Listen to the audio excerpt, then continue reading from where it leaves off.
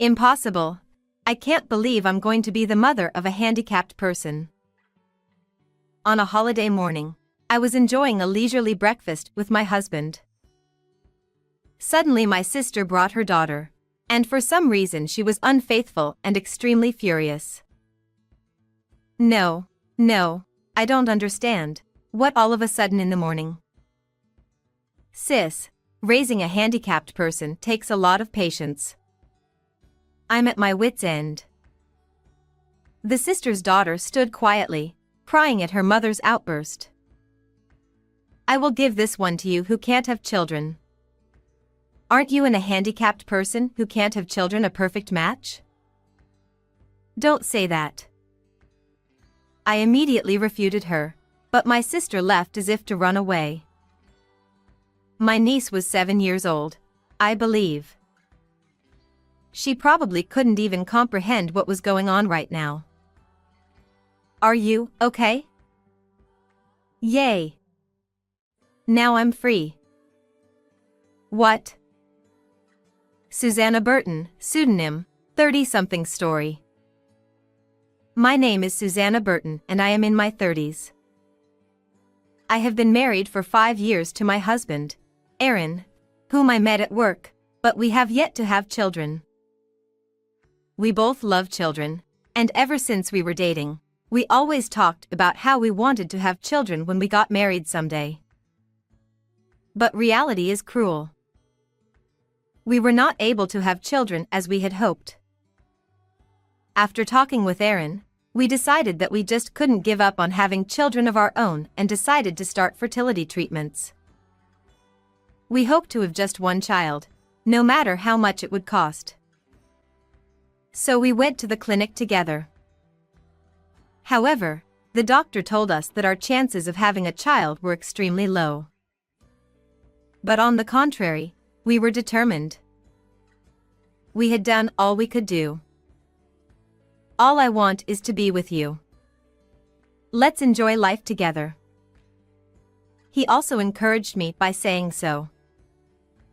Even if we were not blessed with children in the future, we could enjoy our life together as a couple. One day, when I returned to my parents' house, my sister Caroline had also returned at the same time. She had been popular since she was a student because of her pretty looks and her good sense of humor, and now she was married and had a husband named Seth. I hadn't seen her in a while, and she was dressed in high brands. She proudly told me that Seth has taken over his parents' company and is the president. By the way, she makes fun of the fact that my husband is an ordinary company employee, and she also demeans me. My husband is now the president of the company? Well, he was always an elite. Compared to that, yours. Your husband is amazing, isn't he? But Aaron also works very hard and is very kind to me. You've always been like that, and that's why you can't do anything. I was always bothered inside, while I was appropriately malleable. It was a good thing I didn't talk back to her. By the way, I heard that you are a defective product who can't even have children. You're a useless woman, aren't you? She said mockingly while laughing at me. Caroline has always disliked me anyway. She always tries to outdo me and mount me, which frankly tires me out. She doesn't say such terrible things to me in front of my parents either. She does whatever she wants when her parents are not around. I was deeply offended by her ridicule of my infertility and left my parents' house. Why should I be talked about like that? How much did she think I had suffered because I could not have children? After that, she often pointed out to me how difficult it was for me to have children. When she meets with me, she brags about having a child herself. Even though I have always thought I understood her bad character, I could not tolerate her ridicule of my sensitive issues. She makes fun of me every time I see her like this, and her attitude gets worse and worse. Then we have no choice but to distance ourselves from her. I began to be careful not to see her as much as possible. Then one day on a holiday, many months later, the intercom suddenly rang. Suddenly, the intercom rang. My husband was off today, and he was out shopping. I was alone, doing the housework. When Aaron comes home, maybe we can go out somewhere together. I was washing dishes while thinking about that. I wondered what in the world was going on in the morning, and when I checked, to my surprise, it was Caroline. It's been a while since I've been away from here. I haven't seen her for a long time. And yet, it was her coming to me. Her face on the intercom screen was clearly unhappy, and she was standing there in front of the front door. I wonder what she wants, even though I don't want to see her. I reluctantly opened the front door. She is standing in front of me with a sullen expression on her face. It's been a long time. Oh, it's so unusual to see you here with Natalie. We don't want this handicapped person in our house. Her high-pitched voice rings out. I wonder what she is going to say as soon as she arrives, forcing Natalie, who is standing beside her, toward me. Natalie is her daughter. She is 7 years old, I think. Natalie almost fell over when she was suddenly pushed toward me. What do you mean? You just barged in all of a sudden? I stare at Caroline, who is confused and pushes the child away. She takes one look at Natalie, who is sobbing in my arms, and sighs. She is so annoying.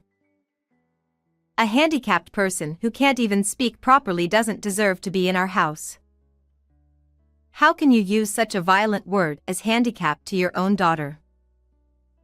I was at a loss for words. What do you mean she can't speak? It means exactly what it means. It's a pain in the ass. Caroline sighs heavily. You know, being a parent of a handicapped person is very, very hard. I can't do it anymore. You can't have children, so I'm going to give you one. What? You can't have children and a handicapped person is a perfect match. Get along with each other. After saying what she wanted to say as much as she wanted, she got into her car and drove away without making eye contact with her daughter. I was so stunned by what had happened that all I could do was hug Natalie. I came to my senses and looked around. I heard my sister's shrill voice echoing throughout the morning. The neighbors might come to see what was going on. I hurriedly took Natalie by the hand and led her into the house. I lock the front door and turn around. Just as I am about to comfort Natalie. Yay! Now I'm free. Natalie, having entered the house and convinced that her mother has returned, exclaims with joy. I had no idea what was going on and decided to listen to her story in the living room.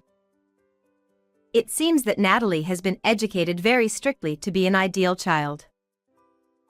She went to different classes every day and sometimes had more than one class in a day. No matter how hard she tried, she never received praise or recognition. If she failed to do as well as she wanted, she was beaten and yelled at. When she asked for help, her father was always at work, and her paternal grandparents did not pay attention to their female grandchild. Then a younger brother was born, and Natalie lost all positive attention to him. She no longer felt any affection for him, and was treated as if he was an obstacle. She was so afraid of being scolded that she finally stopped speaking in front of her mother, who mistakenly thought she had lost her ability to speak and brought her to me in a rage. When I made mistakes, they would scold me and yell at me. They wouldn't even let me eat. Natalie tells her story with a downcast look on her face. Upon closer inspection, She is emaciated and has scars on her arms and legs. It is too dangerous to send her back to her sister's house now that I have heard such a story. I let her eat her dinner for the time being.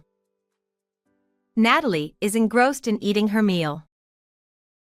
Perhaps this is the first satisfying meal she has had in a long time. How could she not give her growing child enough to eat? I think to myself as I watch her. I am the only one she can rely on right now. I was ready. Aaron returns a little later and is surprised to see Natalie at home. I immediately told him what had happened. I then told him that I wanted to take Natalie in. He too was displeased with my sister and her husband's inability to take care of their own child. He agreed to let Natalie be our child.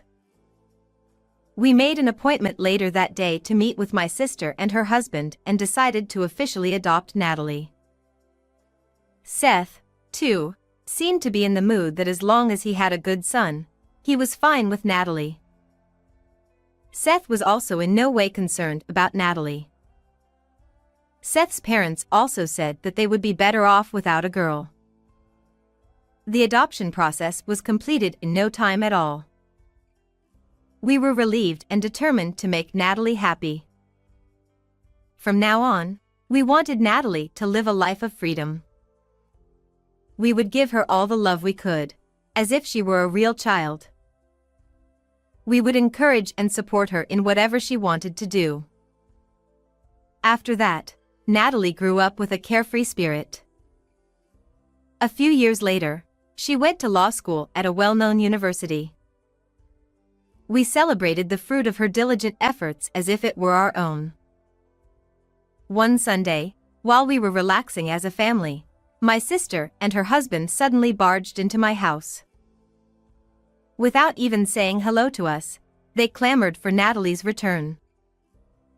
I thought back to that time. The sister and her husband came to my house without permission and abandoned my little Natalie as if she were an object. They must have heard somewhere that Natalie had gone to a prestigious university, even though they had never heard from her before. I can't believe they would say that now. Apparently, Natalie's younger brother, who they thought was brilliant, had dropped out of high school. Perhaps they was strictly doing the same kind of intrusive education that they used to do to Natalie in the past. If they were tied down so tightly, any child would lose motivation for everything, not just studying. I had originally heard that Natalie's brother was a recluse and had refused to go to school in middle school. We don't want that socially inept child in our house. Natalie, come home. Upon learning that Natalie had been admitted to a difficult university, my sister and her husband came to pick her up. How could they come to pick up their daughter, whom they once called handicapped and discarded, for their own convenience? Children are not their parents' property or toys. I was deeply offended by their unmanageable behavior. Since that moment when we decided to raise Natalie as our own child, we had given her our wholehearted love. Aaron, who had raised her as his own daughter, also covered Natalie's back and refused to let her go. The two of them continued to fuss at the door that they were Natalie's parents. They were no longer getting anywhere, and just when I thought they were. My parents are Aaron and Susanna. You are not my parents. Natalie stared at my sister and her husband with a serious look in her eyes. When she clearly refused, the sister and her husband left, leaving her with the discarded words that they would take legal action. Later that day, the sister and her husband hired a lawyer to try to pretend that Natalie's adoption had never happened. However, at that time we had followed the official procedure and adopted Natalie. Therefore, they could not dissolve the adoption. In addition, Natalie, who was 7 years old at the time, still bore the scars of violence that we called discipline, and she was much thinner than the norm. I have a medical certificate in my possession that states that she was probably abused. I showed the medical certificate to my sister and her husband, who were going to court, and asked them if they were still going to court. Seth, who had taken over his parents' company and was now the president, declined to go to trial for fear of bad publicity. They are the kind of couple who would even abandon their own child out of concern for the world. There was no way they could go to court with the evidence of their abuse in front of them. But somewhere along the way, a rumor began to circulate that Natalie, Seth's eldest daughter, had been adopted, as if she had been abused and abandoned. The rumor spread quickly, and the stock price of Seth's company dropped dramatically. Soon after, Seth was removed from his position as president of the company in order to take responsibility for his actions. My sister and her husband then disappeared. Natalie's younger brother, who was left alone, was taken in by Seth's relatives, passed his tests, and attended college. Natalie successfully graduated from college and got a job at the company she wanted. She married a man she met at work. We were sad to see her go, but wished her a long and happy life as she left our home with her husband and wife. What did you think of this story?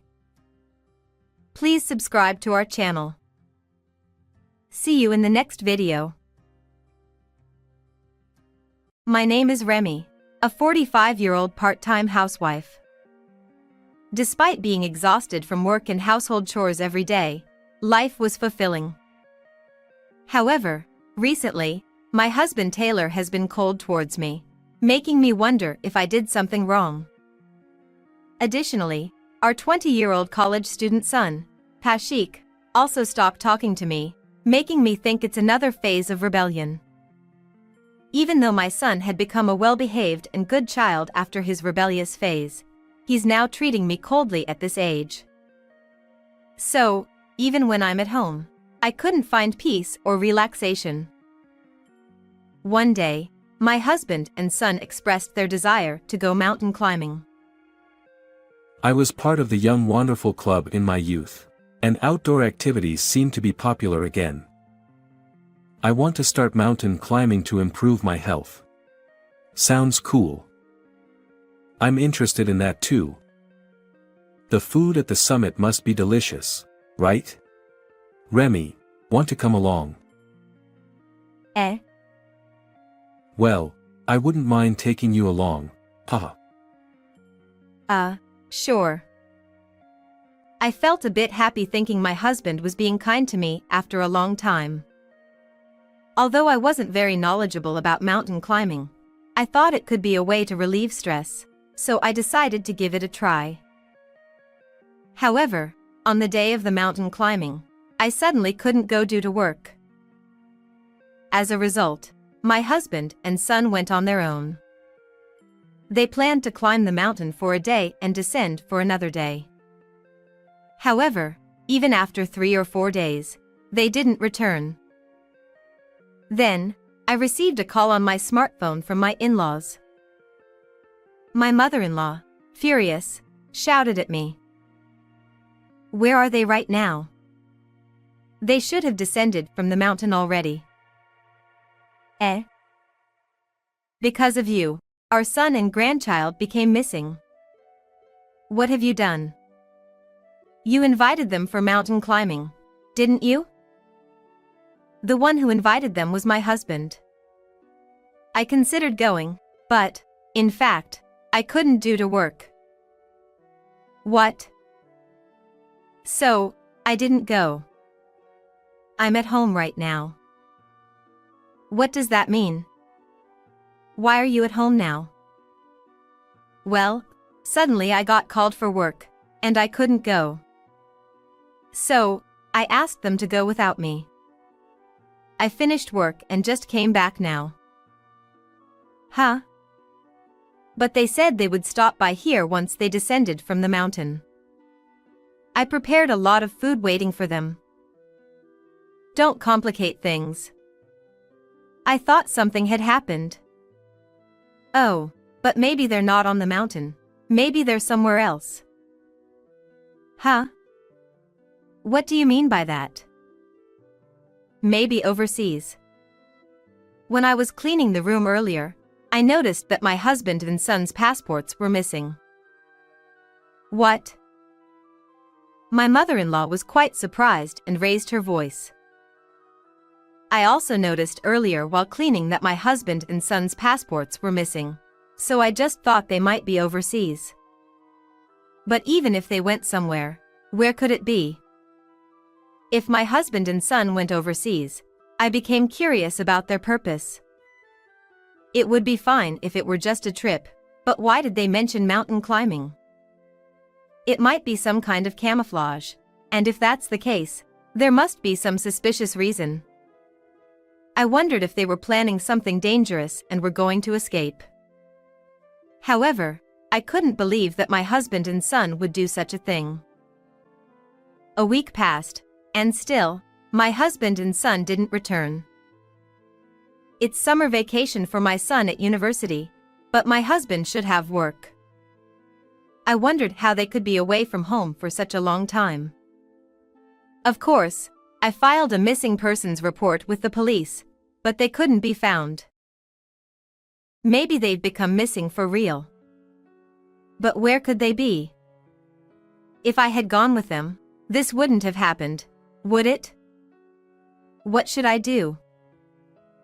Despite being treated coldly, my concern for my dear husband and son didn't change, and I couldn't stop worrying. Even while working, I found my mind constantly occupied with thoughts of my husband and son, making it difficult to focus. As a surgeon, if I lose concentration, it could lead to medical mistakes. Every time before surgery, I had to gather my strength, holding back the urge to cry. On that day, I couldn't go because there was an emergency surgery. If that surgery hadn't come up, maybe this wouldn't have happened. Because I'm a surgeon, I couldn't help but think my husband and son might be in a dangerous situation. It felt like my chest was about to burst. One day, I heard a strange story from a friend. It was such an outrageous tale that my eyes nearly popped out.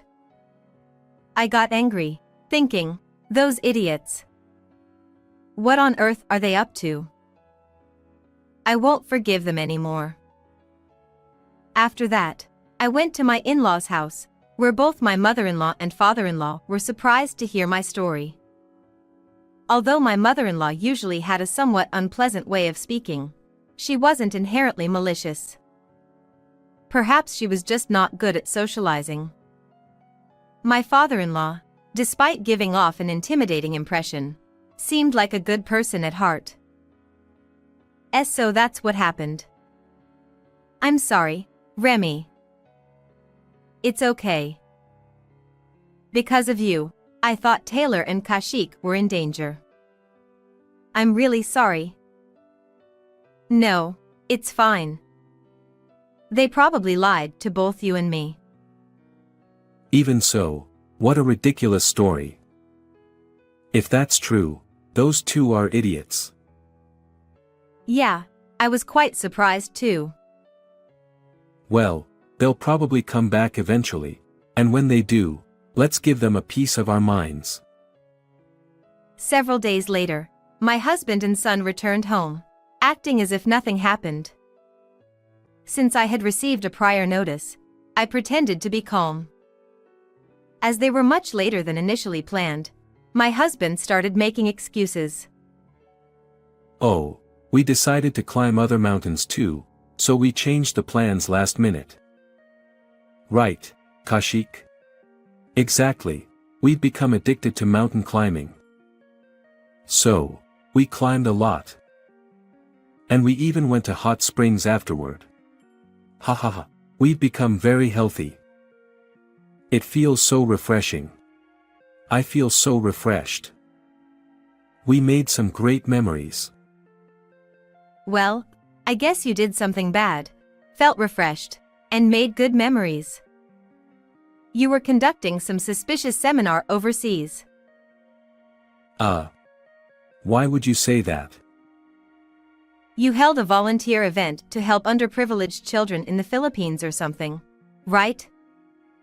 And you organized a questionable seminar in a high-end tower condo in Salcedo. Well. And you were recruiting interpreters who could speak English and Tagalog, right?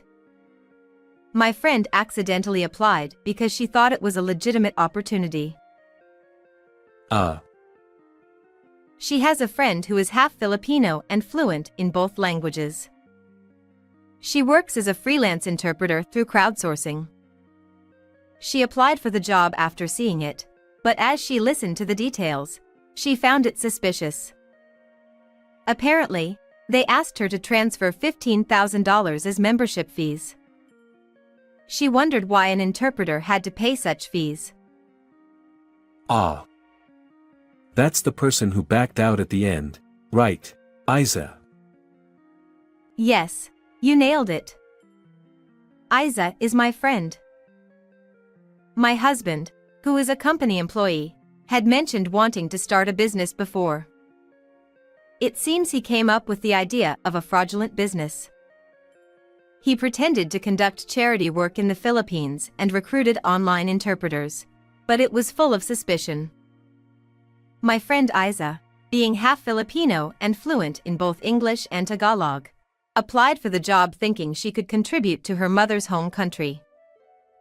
However, when they asked her for a substantial membership fee up front, she felt uneasy and reached out to her Filipino friend, Andy. Isa had lived in the Philippines until elementary school, so she had many friends there. Andy, who could speak some languages, helped her investigate the strange seminar my husband and son were organizing. It was hearsay, but the general idea was as follows. Thank you all for sympathizing with our cause. If you want to donate more, please register on my account and transfer the funds to the account afterward. We accept donations starting from $500. Thanks to your support, we can help the underprivileged children. Andy, thanks for volunteering. You can leave now. See you, Andy.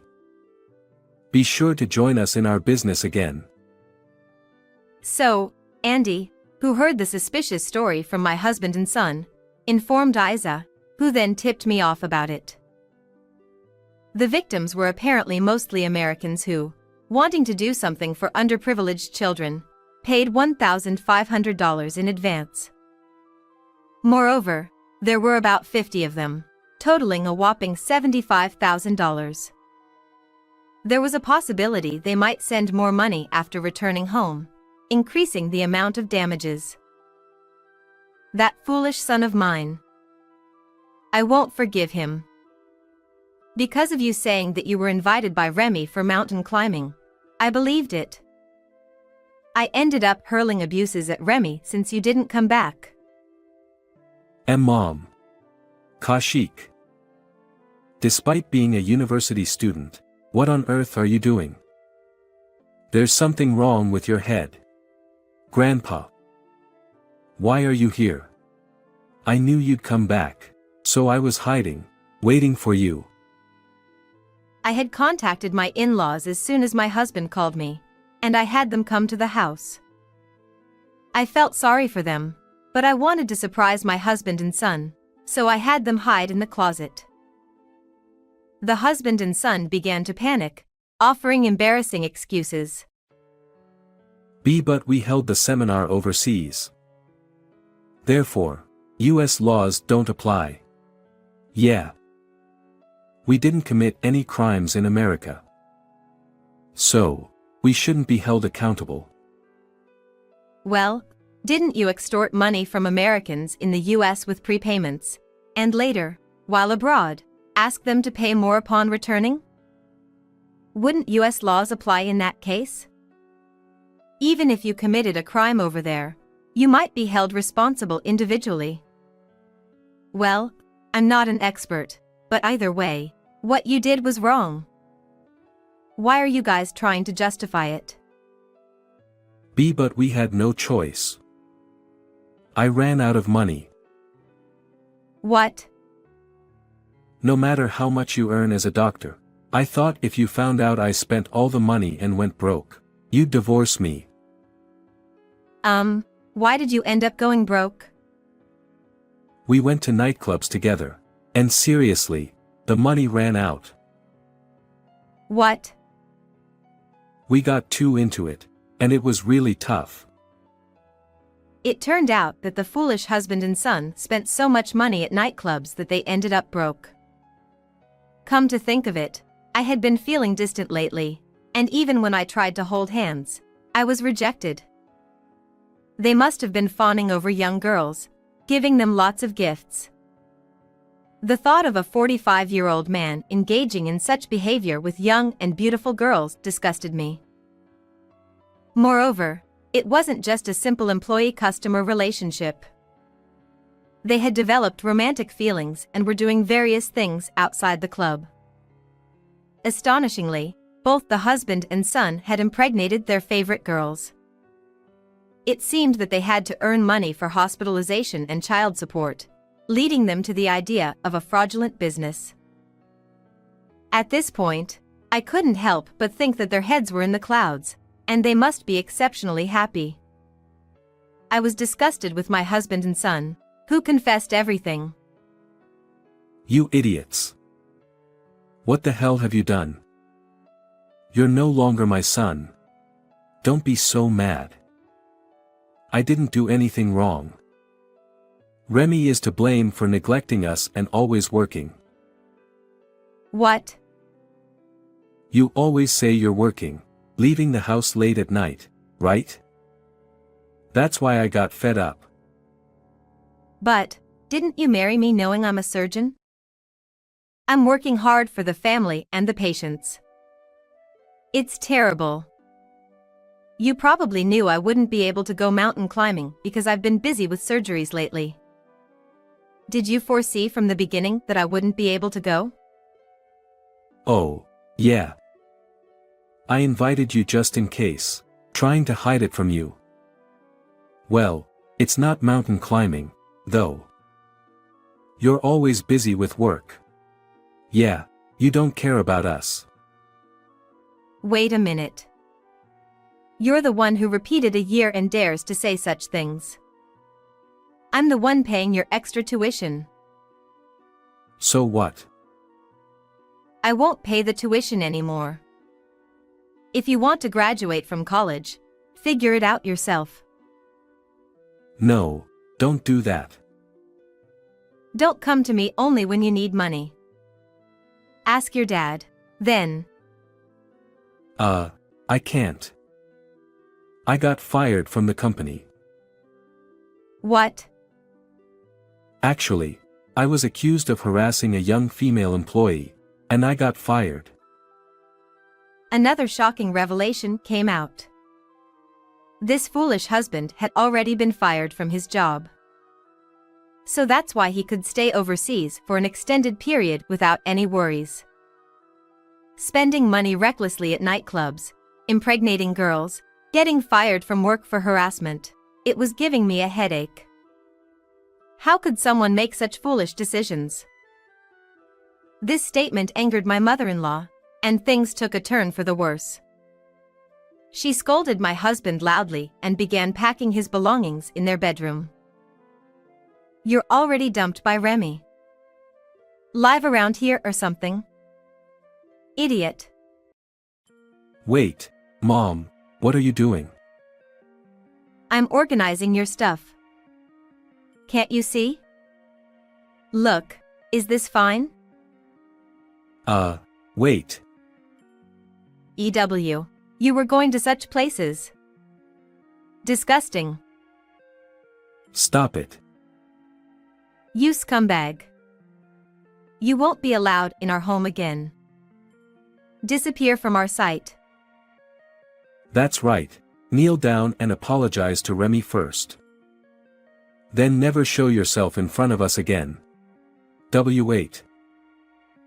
Kashik, apologize too. Come on, Granny.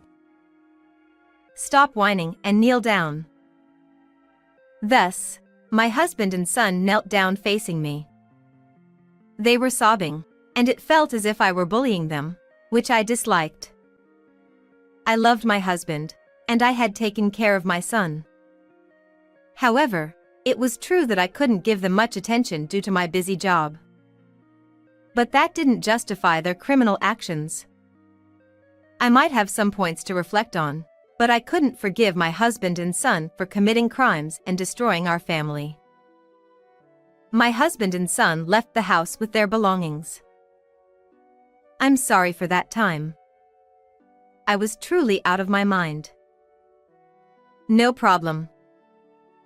Sorry for jumping to conclusions. Be happy from now on. Sure. Well, we'll be going. And so, my in-laws left.